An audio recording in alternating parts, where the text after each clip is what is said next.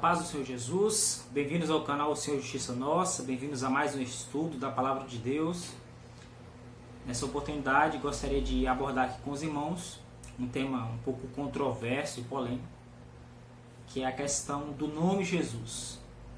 Na internet, muitas vezes pessoalmente, algumas pessoas têm tentado dizer, e na verdade com bastante ímpeto, com bastante paixão, que falar o nome Jesus, como nós brasileiros falamos, e aqueles países de fala portuguesa falam, é um pecado, é uma blasfêmia contra o nome do Filho de Deus, o nome do Salvador.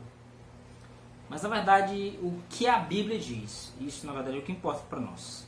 Não é opinião minha, nem de pastor, nem de padre, nem de ninguém. O que importa é o que Deus diz em sua palavra. Se a Bíblia diz, toda a argumentação deve se calar. Portanto, eu gostaria de examinar com vocês, a princípio, um texto de Apocalipse, capítulo 14, versículos 6 e 7. Observei outro anjo que voava pelo meio do céu e portava nas mãos o evangelho eterno para anunciar aos que habitam na terra, a toda nação, tribo, língua e povo. Então proclamou com voz grave: temei a Deus e rendei-lhe glória, porquanto a hora do seu juízo chegou. Adorai aquele que fez o céu, a terra, o mar e as fontes das águas. Muito interessante esse texto. Para começar, foi visto por João, o discípulo amado, o discípulo de Cristo, não o João Batista, tá? João, o discípulo amado, teve uma visão de Deus, e nessa visão ele vê um anjo voando pelo meio do céu. Anjo este que representa o povo de Deus, levando a mensagem, pois os anjos são mensageiros de Deus. E esse anjo voava pelo meio do céu, indicando que o alcance seria para toda a terra, seria visível em todos os cantos da terra. Mas também esse evangelho era um evangelho eterno, ou seja, um evangelho imutável, um evangelho que não muda ao sabor do vento, ao sabor dos desejos humanos. Ele é um evangelho imutável, assim como o próprio Deus é imutável. Um detalhe maravilhoso e pertinente relacionado aqui ao nosso tema é o fato de que o evangelho foi pregado em toda a terra e a cada nação, tribo, língua e povo. Essa mensagem foi dada de modo que pessoas de outras nações, além dos judeus de fala hebraica e aramaica, pudessem entender a mensagem. Ou seja, a cada nação, Brasil, Argentina, Israel, Grécia, Itália, França, Rússia, Estados Unidos, cada nação, tribos, Guajajara, Tupi-Guarani, os maias, os incas, os astecas, língua, idiomas, português, inglês, francês, italiano, japonês, hebraico, latim, grego, árabe, todos os idiomas e todos os povos da terra. Se não se encaixa numa tribo, não se encaixa em uma nação em si, em um país em si, mas é um povo que pertence a essa terra. Essa mensagem chegará a eles no seu idioma, de forma que eles compreendam a mensagem. E a mensagem dizia: temei a Deus e dai-lhe glória, porque a hora do seu juízo chegou. Essa mensagem deveria ecoar nos 4 cantos da terra, nos 4 pontos cardeais da terra, ou seja, em todas as direções, de modo que as pessoas pudessem conhecer o Evangelho e chegar ao arrependimento e alcançar a salvação em Cristo. Ok? Então, um detalhe importante para o nosso estudo: em todas as línguas, cada língua ouviria a mensagem do Evangelho. Não ficaria restrita ao hebraico ou ao aramaico, a língua materna de Jesus. O texto seguinte que nós vamos ler encontra-se em Atos capítulo 2, a partir do versículo 1, que diz o seguinte: E ao completar-se o dia de Pentecoste, estavam todos reunidos num só lugar. De repente, veio do céu um barulho, semelhante a um vento soprando muito forte, e esse som tomou conta de toda a casa onde estavam assentados. Então, todos viram distribuídas entre eles línguas de fogo, e pousou uma sobre cada um deles. E todas as pessoas ali reunidas ficaram cheias do Espírito Santo e começaram a falar em outras línguas, de acordo com o poder que o próprio Espírito, lhes concedia que falassem. Olha como é interessante. A ocasião do Pentecostes era uma das 3 festas anuais que havia em Israel, onde os homens, em especial a população masculina, tinham o mandamento do Senhor de comparecer a Jerusalém, onde estava situado o santuário terrestre. As festas eram a Páscoa, o Pentecoste e a festa dos tabernáculos. Essas 3 ocasiões havia grande ajuntamento de pessoas ali próximo ao santuário em Jerusalém. Pessoas que moravam em outras cidades, outros países, se faziam presentes, pois era um mandamento do Senhor em relação ao ritual do santuário terrestre. E aquela era uma oportunidade maravilhosa para pregar a mensagem do cristianismo aos judeus já antigos e mesmo aqueles que haviam recentemente se convertido ao judaísmo. Ok?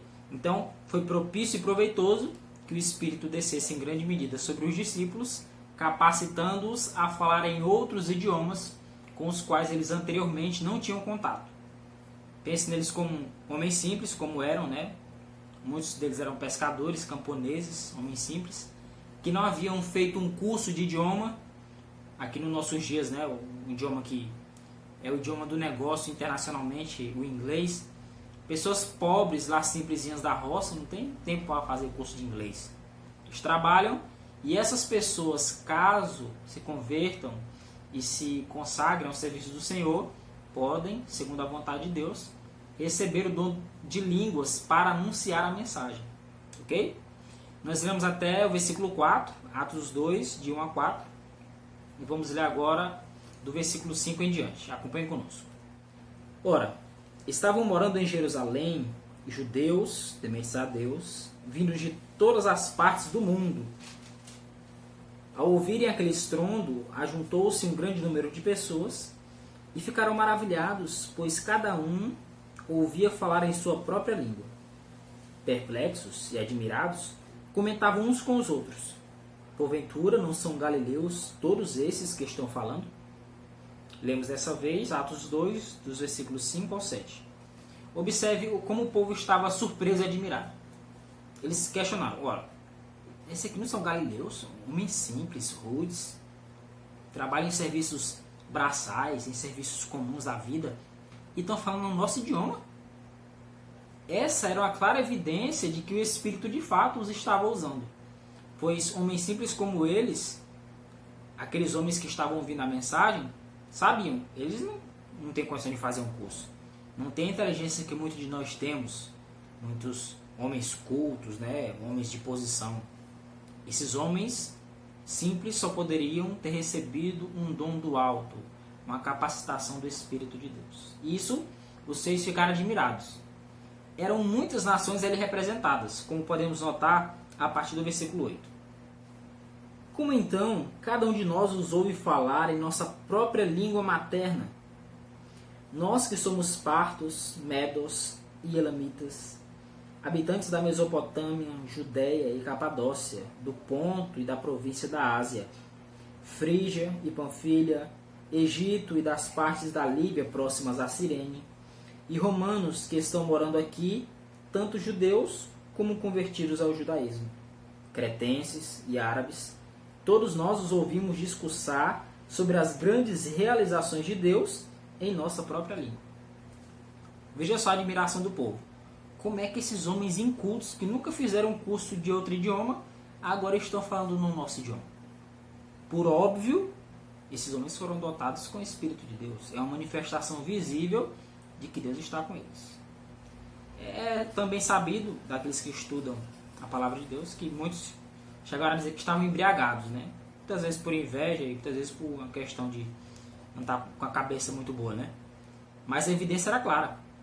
Como é que uma pessoa que vem lá, por exemplo, da França, um primeiro-ministro, vamos imaginar aí, uma autoridade grande da França, chega no Brasil, chega aqui no Maranhão, lá no interiorzinho, vê um senhorzinho capinando a roça, né, preparando lá o chão lá, cuidando lá do feijãozinho, e de repente ele vê aquele senhorzinho falando em francês com ele. Você já imaginou a surpresa? Esse homem naturalmente ia pensar: rapaz, isso aqui é estranho. Isso não é comum. Um senhorzinho desse, trabalhador da roça, humilde como ele, falando francês, assim, fluentemente, isso aqui é uma coisa sobrenatural. Já se esse mesmo primeiro-ministro, autoridade da França, visse um homem culto falando francês, ele até aceitaria, pois diria, não, provavelmente fez um curso de francês, né, e está aqui conversando comigo. Observa? Essa é a evidência de que o dom é verdadeiro. A pessoa de outro idioma entende. O dom de línguas não é um dom que fala-se e ninguém entende. Isso não é o dom bíblico. Não há evidência bíblica para isso. O dom bíblico é o dom em que você fala em outro idioma para pregar o evangelho, não apenas para falar ao ar. Vamos agora ler uma passagem que encontra-se no Evangelho de João, no capítulo 19, nos versículos 19 e 20. Este é um texto particularmente interessante e que nos dá uma clareza maior para compreendermos esse assunto. Será que é errado falarmos Jesus em português? Será que somos obrigados por algum mandamento de Deus a falarmos o nome do Salvador somente no hebraico? Temos que dizer Yeshua, ou na forma plena dos judeus, Yehoshua? Será que é assim? Vamos observar aqui nesse episódio, onde Pilatos mandou escrever uma placa e colocar em cima da cruz de Cristo, e em que idiomas estava escrito. Note o texto. João, o Evangelho de João, capítulo 19, versículos 19 e 20. Então Pilatos mandou escrever uma placa e pregá-la no alto da cruz com os seguintes dizeres: Jesus Nazareno, o Rei dos Judeus. Muitos judeus leram este título porque o lugar em que Jesus fora crucificado era perto da cidade e estava escrito em hebraico, latim e grego. Veja como é maravilhoso. A Bíblia nos esclarece tudo. Gostaria de deixar aqui um detalhe interessante. Os irmãos simples, humildes, que não tem tempo para estar estudando hebraico e grego, que não é a necessidade. Ninguém precisa estudar hebraico, grego, um outro idioma para ser salvo. Basta que estude a palavra de Deus no seu idioma e viva segundo a luz que recebe. Essa frase, Jesus Nazareno, o Rei dos Judeus, estava escrita numa placa que Pilatos mandou colocar em cima da cruz de Cristo. Era costume que se colocasse uma placa em cima da cruz com a acusação daquela pessoa que estava sendo crucificada. No caso de Jesus, Pilatos, ali para irritar os judeus, ele colocou Jesus, o Nazareno, o Rei dos Judeus. Os judeus questionaram, né? Disseram, não, coloca que ele se diz Rei dos Judeus, não que ele é. Pilatos disse, rapaz, eu coloquei e está colocado. O que fiz está feito. Então, veja só, os três idiomas em que foi colocado a frase. Jesus, Nazareno, o Rei dos Judeus. Em que idiomas? Hebraico, latim e grego. O nome Jesus estava em hebraico, latim e grego. Assim como o restante da frase. Nazareno, Rei dos Judeus, estava também em hebraico, latim e grego. Ok? Eu vou deixar para vocês uma imagenzinha de como seria mais ou menos, é apenas uma ilustração, para que vocês possam ver mais ou menos como estava escrito lá no alto da cruz de Cristo. Tá? A primeira inscriçãozinha é em hebraico, a segunda em latim e a terceira em grego. Tá? Se eu fizesse um questionamento para vocês, alguém consegue ler isso que está aí? Talvez alguns tenham um pouco mais de facilidade porque já estudaram a questão desses idiomas, né? Mas só para deixar bem claro, você tem essa escritura no seu idioma em João capítulo 19, versículo 19, tá? Jesus Nazareno, Rei dos Judeus. Está no seu idioma para você entender. Quando o judeu lê no hebraico, ele entende a mesma coisa que você entende em João 19, 19. Quando o grego lê, quando o latino, italiano lê, é a mesma coisa. Ele também entende da mesma forma que eu e você entendemos. Jesus Nazareno, Rei dos Judeus. As pessoas têm apenas tentado perturbar a igreja de Deus com questões que não edificam. Tá? Então gostaria de tranquilizar os irmãos e pedir a todos que façam somente se voltar para a Escritura que ela vai lhe dar firmeza, vai lhe consolar e dar tranquilidade para focar na Escritura Sagrada, naquilo que a Palavra de Deus tem a nos ensinar. O próximo texto que nós vamos ler encontra-se em Êxodo, capítulo 3, versículos 13 até o versículo 15, que diz dessa forma: Porém Moisés acrescentou: Quando eu for aos filhos de Israel e comunicar, o Deus de vossos pais me enviou até vós, e me questionarem, qual é o seu nome? Que deverei dizer?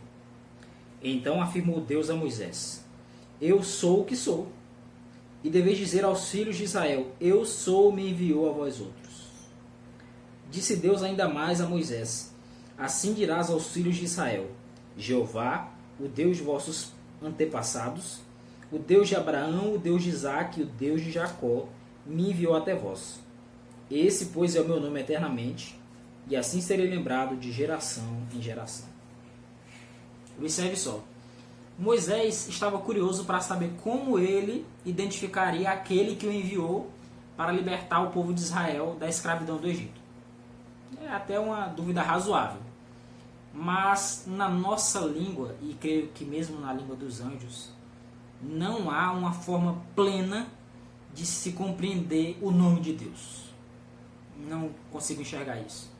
Nós somos seres limitados. Mesmo os anjos, que são imortais por concessão de Deus, eles não são ilimitados. Ilimitado unicamente Deus, o Pai e seu Filho Jesus Cristo. Tá? Então precisamos entender isso. Esse nome eu sou o que sou era dizendo para Moisés: Moisés, não tem nome que me defina plenamente. Diz para eles que eu sou o que sou. Diz mais: eu sou, me enviou a vós outros. Esse nome fala tanto da eternidade de Deus. Eu sou. Ele não disse eu era ou eu serei. Ele diz eu sou. É presente contínuo, tá? Passado, presente e futuro na mesma palavra. E eu sou o que sou quer dizer que o caráter dele não muda. Ou seja, eu não vou mudar. Eu sou o que sou. Isso não muda. E isso era maravilhoso para que o povo de Israel pudesse entender. Esse nome do Senhor não seria alterado. Essa forma de identificá-lo. Tá? Então, é preciso entender que essas formas que o Senhor diz, Jeová, o Senhor, Deus, eu sou, Jesus, são formas para que a gente possa captar a ideia que Deus quer nos transmitir.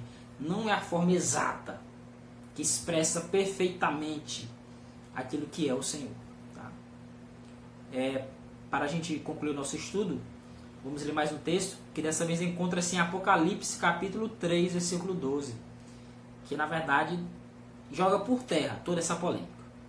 Ok? Muitos dizem tem que falar Yeshua, outro diz não, é Yehoshua, outro diz não, é Yahusha, outro diz não, é Yahushua, outro diz não, é Yahushua. E a gente fica naquela, mas como é que é mesmo? Porque um diz que é de um jeito, outro diz que é do outro. Entendamos uma coisa, você que fala Jesus, o grego que fala Jesus, o latino que fala Jesus, o norte-americano ou inglês que fala Jesus, o espanhol que fala Jesus, ambos estão falando do mesmo personagem. E Deus sabe disso. Deus conhece a sinceridade do nosso coração. É o mesmo personagem que estamos nos referindo. Quando Pilatos pregou aquela placa que estava nos 3 idiomas, tanto o judeu que lia sabia quem era o personagem, como o latino que lia também sabia quem era o personagem, e o grego que lia também sabia quem era o personagem. Era aquele nazareno que vivia pregando por ali, que agora estava crucificado naquela cruz, né, no meio dos dois ladrões. Apocalipse 3, versículo 12, traz uma informação interessante, diz assim pra gente: Farei do vencedor uma coluna no templo do meu Deus, de onde jamais sairá. Escreverei nele o nome do meu Deus e o nome da cidade do meu Deus, a nova Jerusalém que desce do céu da parte do meu Deus, e igualmente escreverei nele o meu novo nome. Veja que interessante. Enquanto muitos vão ficar nesse debate que você tem que dizer o nome de Jesus, o nome do Salvador, é que ele não chama Jesus, ele chama o Salvador, o Filho de Deus, o Filho do Eterno. Enquanto eles ficam dizendo, tem que ser Yahusha, Yahushua, Yehoshua, Yeshua. e outras formas mais que eles inventam, eu digo para você, segundo a palavra de Deus, me dá autoridade para dizer, fique tranquilo, meu filho, fale Jesus, sem problema nenhum. Porque quando formos salvos, fomos levados a Canaã celestial, e todos os salvos de todas as nações forem reunidos, o nome do Senhor será outro. Não vai ser Jesus, não, vai ser outro nome. Não, mas tem que ser Yehoshua. Não vai ser Yehoshua, vai ser outro nome. Vai ser um novo nome. Porque digo isso porque está escrito. Nossa base tem que ser o que está escrito. Se falam além disso, vem do maligno. Se falam aquém disso, também vem do maligno. Fique com a escritura. Tá? Deixe que o povo bata a cabeça se quiser. Se querem provocar dúvidas na cabeça deles, que provoquem. Mas que vocês sejam firmados na palavra de Deus. Que Deus abençoe. Espero ter podido contribuir convosco nesse estudo. Que o Senhor possa abrir nossa mente para compreender os temas espirituais, os temas da nossa salvação. Este é o canal Senhor Justiça Nossa, pregando a Cristo, o poder de Deus e sabedoria de Deus. Até o nosso próximo vídeo. Deus os abençoe. Oh, quanto amo a tua lei, ela é o meu prazer, Senhor.